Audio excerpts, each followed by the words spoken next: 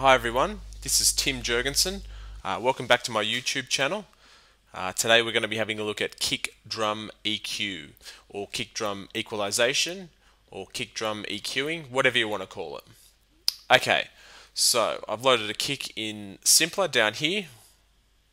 Alright, I've got 4 to the floor, 4 beats per bar, just up here. Alright, at 128 BPM. Just up there. Alright, so the first thing when you're playing around with your kick drum, always have your compressor loaded. Just in my last video, I showed you how to compress a kick drum. Always have that first in the chain. Compressor, then your EQ. So instrument, VST, whatever you've got, compressor, then your EQ, then your effects. Always in that chain. It just sounds better, it works better. I don't know the technical reason for it, but it works. Trust me.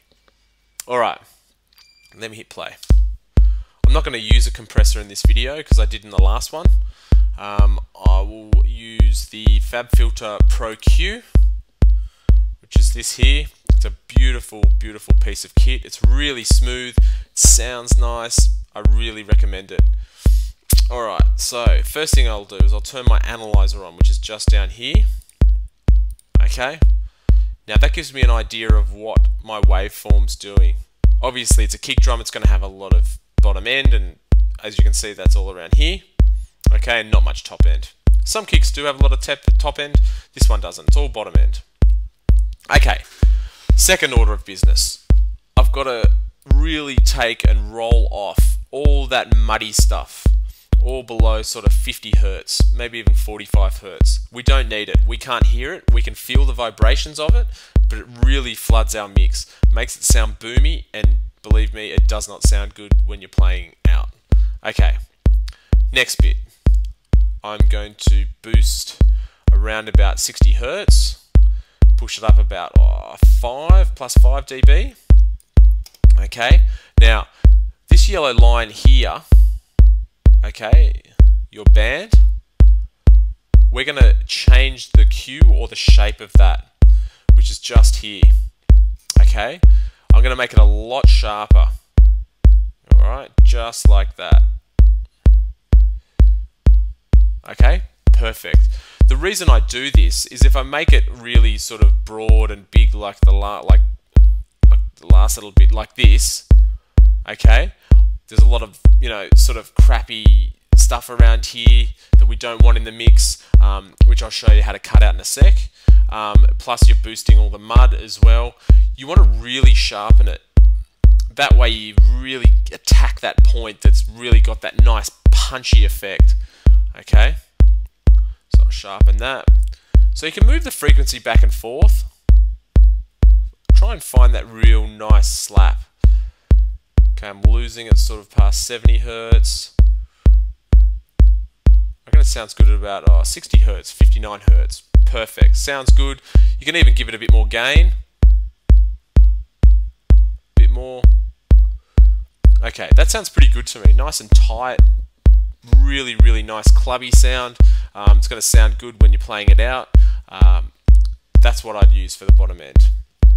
Okay, so usually with your bass lines, I tend to have mine sitting around about 70 Hertz or so, sometimes a little bit lower. You can do some cuts. Now, same thing applies, just on the opposite. So if I turn the Q up here like this, okay, I can make some cuts. So if I press play, you can't really hear that I'm doing much to it. Now if I bring that back, I can sort of cut all this area of the kick out. This is where my bass line's going to sit. I'll boost the bass line at around about, say, 70 Hertz to 75 Hertz if this is the way I'm doing it. And then I'll cut it out around about here, okay, at the 60 Hertz mark, just to give the kick drum and the bass line a little bit of space. They're both competing for an area that's not very sensitive to our ears and can often get very muffled, and they can get masked and phased by each other. You want to give them lots of space. You don't have to go overboard with it. I tend sometimes just to be quite delicate with it. I may even drop it like 2 or 3 dB, just to give it a little bit of space for the bass line. Nothing major. Alright, so now I'm going to look for the kick's attack. Now when I'm doing this, I don't make the bell as sharp as what I am when I'm using the bottom end. Okay, I'll probably push it back a little bit, and then I'll just search for the attack.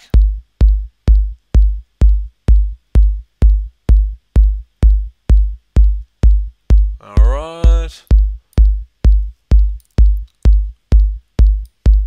Probably move it a bit to the right. Okay, that sounds pretty good to me. I found the attack of the kick drum. Sounds nice and punchy. Alright, the attack's great. It's nice and crispy. Alright, there's no boominess because I've taken out the bottom end. Alright, and I've made the little cut where my bass line's going to sit. Alright, you can even make extra cuts as well. Sometimes I like to drag sort of around about the 200 mark, maybe even the 180, sort of around about there, just to make some room for my my synths. A lot of really nice sort of loud, crispy synths have some really rich and nice harmonics that sit around about 200 hertz. You can make a little bit of space for them, just down there like that. If I press play, you sort of can't even tell that I've made that cut. If I boost it back up, you can hear a slight difference. But if I drop it like that, just gives a little bit of extra room for the mix. Alright, so that's basic kick drum equalization or EQ. There are more technical sides to it, but today I'm just going to show you the basics.